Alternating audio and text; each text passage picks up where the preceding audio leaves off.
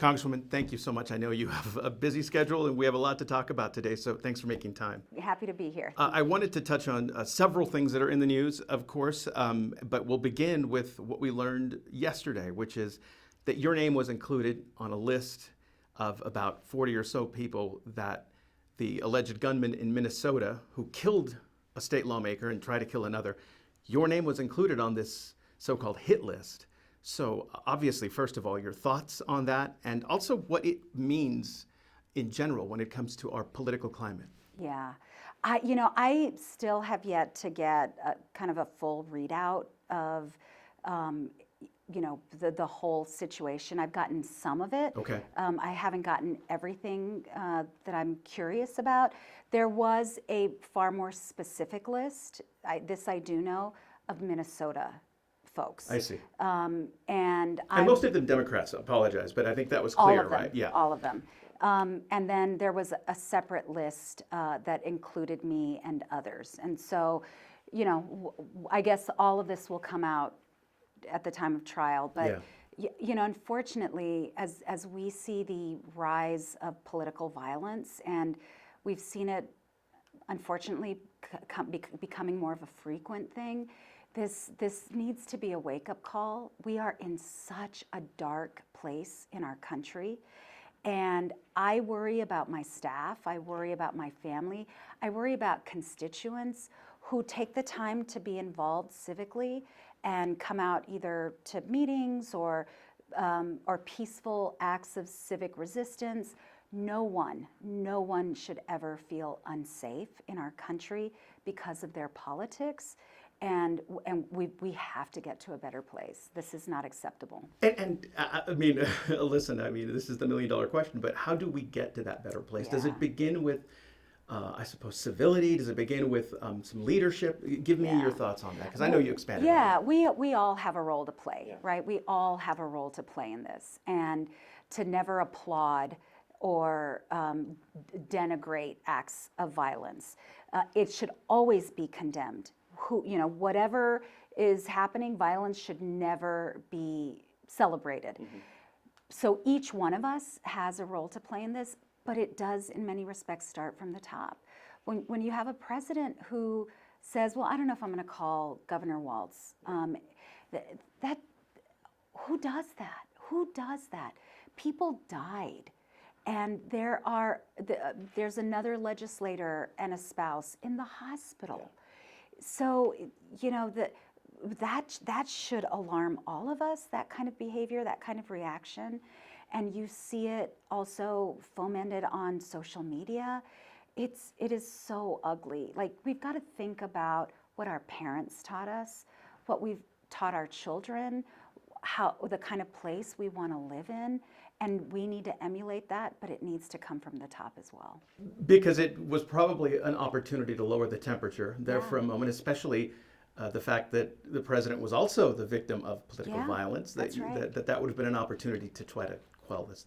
Does that make you second guess, given the climate that we're in, does that make you second guess being involved in politics right now, or does that not cross your mind? It crosses my mind. Yeah. I mean, I will tell you, it crossed my mind after January 6th. But my own personal view is I will never let someone make me be afraid of doing the right thing or doing the thing that is important to me. And it's a privilege. It's a privilege to serve our community in Congress, and I don't take it lightly. I'm grateful for it, and I would never cower to another person in the sense that I would give them the power to make me feel like I don't want to do this anymore. I will, and at peaceful demonstrations, I'm still going to be out there with my community because we should not and cannot be silenced. Well, let's move on now, if we can here. We'll jump to the so-called Big Beautiful Bill. I know that you wrote an editorial about this in the El Paso Times, and you've spoken out against this piece of legislation. In recent polling, it does seem to indicate to me that that piece of legislation is unpopular with American electorate, right? So I know I have a sense of what your problems are with it, but Yeah. let's begin with your major objections Yeah. to this piece of legislation. Yeah. When we are making severe cuts to healthcare, to nutrition programs, to essentially the social safety net, all so that we can give billionaires a massive tax break, that's a non-starter for me. And I think it's important, the context is important. So the Trump tax cuts that he initiated during his first term are about to expire. Middle-class Americans got a meager break, but the vast majority of the benefit went to the top 1% in the nation. I would work alongside, hand in hand with my Republican colleagues on extending the break that everyday hardworking Americans got. I'm with them 1,000% on that. I'm not with them on the tax breaks to billionaires. In fact, I believe they should pay their fair share, and we wouldn't have to make cuts to healthcare or nutrition programs if we had the billionaire class paying their fair share. In addition to those massive cuts, and those cuts are going to impact our hospitals, our clinics, it's not just going to impact actual beneficiaries of Medicaid who are children, the disabled, and seniors in our community. It's going to impact hospitals and clinics. It will make them have to think through, how do we address this shortfall in Medicaid funding? And Medicaid is not generous. Yeah. It is the furthest thing from it, but it helps hospitals and clinics provide care. And here's the other thing. This bill, because of the way Republicans are exploding the national debt, so these cuts don't even cover the tax breaks to the billionaire class. They add to the national deficit. And because of the way that this is structured, this will also impact Medicare. So it's not just Medicaid, it's Medicaid right now, but it's Medicare because of sequestration. All of that is a lot, Yeah. for regular Americans, but suffice it to say, there's a domino effect. And I want to kind of drill down on the local impact, because I think that's important. So when you cut healthcare funds from the federal government, those of us who are lucky enough to have private health insurance through our job, in the commercial space, those of us who have healthcare. Yeah. If hospitals have to shrink coverage or shrink programs or lay off nurses or let go of doctors, doesn't just impact the people on Medicare. Yeah. It impacts all of us. So the domino effect here is going to be pretty substantial. And the Senate released their version yesterday, and it's worse. But the House, what do you think the chances? Okay, handicap this for me. There seems to be such internal strife inside the Republican Party over what to do with this. What are the chances of this thing getting through? Well, I'm not a gambler, I can't tell you what the odds are. But I can tell you there's still a chance of killing this bill. And again, I am ready to reach across the aisle, have extended that offer to some of my Republican colleagues. Let's work on a reasonable bill. Let's extend these tax cuts to the middle class. And frankly, this bill increases costs for people making $51,000 and below. So it makes people worse off. I'm happy to work with folks on that. So if this bill goes away, there's still an opportunity for bipartisan compromise to preserve the minimal tax breaks that middle-class Americans got with the first tax bill. But there is a shot, there is a chance that, it's such a balancing act for the Republicans, because you make deeper cuts to please one group of Republicans, then you scare off the more moderate Republicans. You preserve some of the SALT, the state and local taxes for this one group. You blow it up with another group. Yeah. In the end, though, unfortunately, what we've seen is, as high-minded as some of my Republican colleagues are, and as much as they say they will vote no on something, the minute they get a call from Donald Trump, they're suddenly a yes.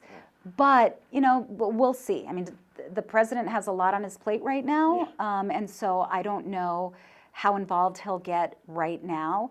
At the end of the day, he will likely pressure them to vote against their community's interest, to vote against their constituents' interest. And then, then we'll see what happens at election time. Yeah.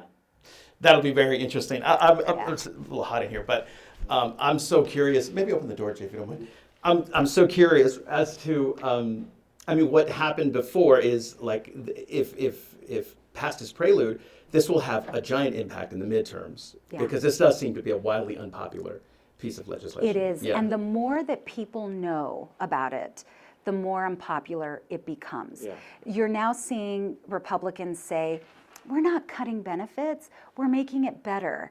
And we're making it better by making sure the undocumented can't have access to these federal funds. Well, they don't have access to those federal funds, They're so not that's allowed, not true.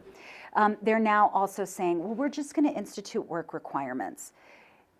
90% of people on Medicaid work. And what this would be paperwork requirements. So in states where these requirements have been instituted, people have to re-enroll for their health care every month. If someone is in the hospital for a week and misses those work requirements when they re-enroll, they have lost their care. If you don't have a laptop or a desktop and Wi-Fi, you can't re-enroll. So these are all barriers that they're trying to put in place so that people roll off of healthcare. It's not making it better. Seen as a way to initiate roadblocks that get people taken off. Exactly.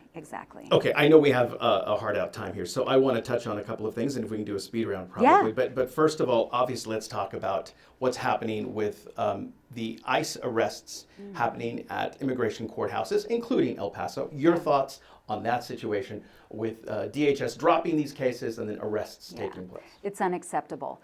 We want people, I thought Republicans were all for people doing it the right way. These are folks doing it the right way. These are folks who have to provide evidence of where they live, who have to check in at court, who are trying to do this the right way. And the only reason that these courthouse arrests are happening, where these cases are being dismissed so that people can be apprehended, is in order to meet Stephen Miller's requirement of 3,000 daily arrests. It is unacceptable. It is contrary to what the president claimed he was going to do by going after criminals. In fact, this takes agents away from targeted enforcement efforts, which take time and resources and investigation to get at people who we truly want out of the country. And they're going after people who are checking all the boxes, who are doing what they were told to do. And how do you respond to the criticism, or what you'll hear from hardliners is, well, listen, this is one president executing executive power to overcome what the prior president did through the stroke of a pen by changing policy to allow people to be paroled into the country and pursue their asylum cases along that route. So this president is saying, no, I'm going to reverse that policy and take them out of the asylum system. This goes far further. Trump has gone far further than any president has ever gone when it comes not just to executive power, but overruling and overriding current law and overruling Congress. But I hope that the hardliners who say it was wrong for President Biden to push the envelope, then I hope they say it's also wrong for President Trump to push the envelope. And I hope they agree the only way to really, truly fix our system is bipartisan compromise. And that they then push their Republican member of Congress to come to the table and work out a compromise. So if you were unhappy with what Joe Biden did, you should be unhappy with what Donald Trump is doing if you're going to be consistent. And you're not even at that point broaching the topic of due process, which is another issue entirely, right, where people have been deported without going before. And here's the bottom line. This, in many respects, what's happening with ICE and the lack of due process, it goes way beyond immigration. It is about whether in this country we will have rule of law. And when you start to erode due process for one group, you shouldn't complain when it's eroded for you. And when you don't have your day in court and you face consequences and you aren't able to even defend yourself or face your accuser, that's a really sad day. That is foundational to us as a nation. So regardless of the fact that this is, rooted in what's happening in immigration court, this is something that all Americans should be concerned about. Wonderful. Well, listen, let's do a little bit of a speed around if you don't mind. Yeah. Your thoughts on the military being deployed to Los Angeles. What you'll hear from the president's defenders are he's trying to get ahead of what may have happened with the George Floyd protests, or helping federal agents enforce the law. Your thoughts? It's unheard of for a president to send in military personnel or National Guard without a governor asking for it. That sends a signal that we don't trust local law enforcement. So if you don't trust local law enforcement, say so. But I think the governor trusted his local law enforcement. The mayor trusted her local law enforcement. It's not just an abuse of power. It's also an abuse of resources. When we look at what's happening in the Middle East right now, and we see ships, our ships, U.S. ships, starting to move into position in a defensive posture right now, our U.S. military should not be on the streets of L.A. Our U.S. military should not be on the border. They have a mission that is separate from the mission of DHS and local law enforcement. The president has politicized that and blurred those lines. You talked about the military. You talked about what's happening in the Middle East. Let's jump ahead to what's happening with Israel and Iran. Initially, the Trump administration seems to distance itself from what was happening. Secretary of State Marco Rubio said we weren't involved. Then the White House says they were involved in the decision to strike Iran. Now the president today tweets the word "we" are in control of Iran's airspace. Your thoughts on policy or where we stand with this conflict? It is so frightening to me that we have a president who literally is making decisions based on what he thinks is popular in the moment. That's what you think is happening? That's what I think is happening. When Secretary Rubio came out and said very clearly we had nothing to do with it, the minute it became seen as something to be celebrated, Israel's attack on Iran, well, then the president wanted some credit for it. So then it became, I knew, we knew. This is not a moment for big egos. This is a moment for cool heads, strategic thinking, and to understand the consequences and what the end game is. I don't even know what Israel's end game is. Initially, Israel's end game was, there is a threat, a direct threat, we're going to respond to it. Then it became regime change. Now it's take out all nuclear weapons or capacity, which, by the way, let's not forget, President Obama had secured a deal with Iran so that we could send in inspectors, so that there was accountability, which Donald Trump tore up during his first administration. I hope the president remembers that it is Congress that authorizes the kind of strike he is talking about. I just signed a war powers resolution, a bipartisan war powers resolution today, signed on to it, to remind the president that it is Congress who makes these decisions. It's one thing to say if we are attacked, there has to be a defense of our assets and our people, but it's a whole other thing to begin playing these games where there are threats that are delivered via tweet or Truth Social. I don't know what those Truth Social messages are called. But this is a moment for real leaders to think through this strategically. I'm very concerned that's not what we have in the White House. Right, and I know we got to move on here, but it is strange in the sense that it does appear that the U.S. was in the middle of negotiating with Iran. They were in the middle of trying to, at least ostensibly, arrive at a deal. Then the person who was part of the negotiating team gets killed by Israel, but then the U.S. was in on it. Right. Is that right? So then are we involved in a war right now or not? That's a question that the president needs to answer Yeah. very clearly and transparently to the American people. And these announcements that people should move out of the way in Iran or get out of a city, that's a direct threat. That sends a message that U.S. bombs are on the way. That this could not be handled in a more irresponsible way than it's being handled right now. And I am very concerned about which way the president is going to end up lining up. And again, what is the end game? You need to come to Congress, you need to explain that, and you need to be transparent with the American public. And I think certainly drawing a lot of criticism from his own supporters as well. All right, let's move on here very quickly. Another, just a speed around here. We were talking a little bit about these ICE immigration enforcement efforts. Should ICE agents be allowed to wear the face coverings? That's been controversial. Yeah, I will tell you, it feels very authoritarian-like for people to be disappeared, taken from the middle of the street, law enforcement that doesn't identify itself, law enforcement that has face coverings. The whole thing is very disconcerting. We've heard accounts of this, similar things happening to U.S. citizens who are brown, basically. They're Latino or Hispanic, who are pulled over and not presented with any information about what they did wrong, demands of show me basically your ID, and in some cases, U.S. citizens begging to be allowed to show their ID. This is police state-like behavior. We don't live in a police state, but Donald Trump is trying to create a police state. And again, this goes way beyond the immigrant community.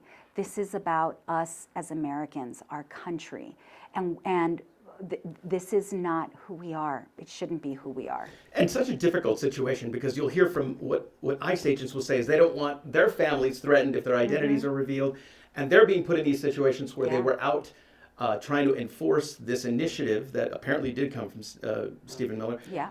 To go out to farms and restaurants, then being told over the weekend, no, actually don't go out to farms and restaurants because the president feels differently. And I agree. I think the president is using federal law enforcement as his own personal police force. This is Stephen Miller's fantasy that is being enacted. It puts law enforcement agents in a precarious position, but we need to think about the position it puts civilians in as well. Civilians don't have the guns. They don't have, access to armored vehicles. They don't have, there's not a whole crew of people protecting them. And what we saw, for example, with Senator Padilla, that was not ICE, but that was federal law enforcement. What we saw in New York earlier today with the comptroller, this should be sending off or sounding alarm bells for everyone, whether you're conservative, whether you're liberal, whether you're in the middle. We don't live in a police state. Should former President Obama, and I'll preface this, there's been some polling that show that even among Democratic voters, they don't feel optimistic about the party. Democratic voters feel like the future looks kind of bleak for the party. In your opinion, should former President Obama be more involved in mobilizing the party, in criticizing the current administration? That's some of the things that it's been bandied about. You know who I think should be more involved in helping reshape and provide direction to the Democratic Party is the folks who are saying they're unhappy with the state of the Democratic Party. When I look at our local volunteers and the people who are spending their Saturdays, their evenings, all of their time here locally in El Paso, working to strategize, to talk to disaffected voters, to knock on doors in 100-degree heat, those are my heroes of the Democratic Party. And for everyone who says they don't like what's happening or they feel that the party should do better, join us. Come on, get involved. Give us your thoughts, give us your ideas, give us your strategy. There is space for leadership for everyone. That's who I think should get involved. All right. Final question here in the speed round. I'm going to go back into the news cycle now, a month ago, which feels like a year ago in this given cycle. But the big story in Washington a month ago was the book Original Sin. Jake Yeah. Tapper, Alex Thompson, writing about former President Biden and the criticism from within his own cabinet and obviously people in the White House about his ability to have actually run for a second term. Yeah. For a time you were the co-chair of the campaign. Your thoughts on the book, your thoughts on that criticism, and whether or not you saw any evidence of what was alleged in the book. Yeah. Have not read the book, have no interest in reading the book. I'm very friendly with Jake Tapper. I know he's trying to sell his book. I'm not interested in it. Every time I engaged with the president, he was wonderful, kind, always asked about my mom. How's mom doing? Remembered his conversation with her. So the person that Jake Tapper is describing, not the person I engaged with. Now, I did not engage as frequently as members of his cabinet did, so I can't speak to their experiences, can only speak to mine. But I will tell you the fundamental premise of Jake's book is if the president hadn't run again, or if he had backed out earlier, we would have won. That tells me that there is a real disconnect between the reality that I saw and heard from voters in battleground states. I knocked on thousands of doors, Robert. Arizona, Nevada, Georgia, Pennsylvania. I was going to the battleground states, talking to voters. One of the main challenges we have as a country is the sea of misinformation and disinformation that exists. I was talking to voters at the door who were telling me things that were demonstrably false. Most people don't get their news from TV news, sorry. Yeah, no, I mean, or listen, from the it's true. newspaper. Yeah. They get it from TikTok. It's a from changing Facebook. landscape, yeah. And Democrats were not in that new landscape. That was one of the biggest issues that we faced, I think. But also, fundamentally, people were angry about immigration and people were angry about the economy. And they felt Democrats failed them. So I think the fundamental premise that Jake is claiming, which is Democrats could have won if only, I think it doesn't take into account some of our other challenges that we have to face, that we are finally facing and addressing. Yeah. Understood. Thank you for your time. Thank you. I know you're busy. I appreciate you taking time for all these questions. Thank you. No, my pleasure.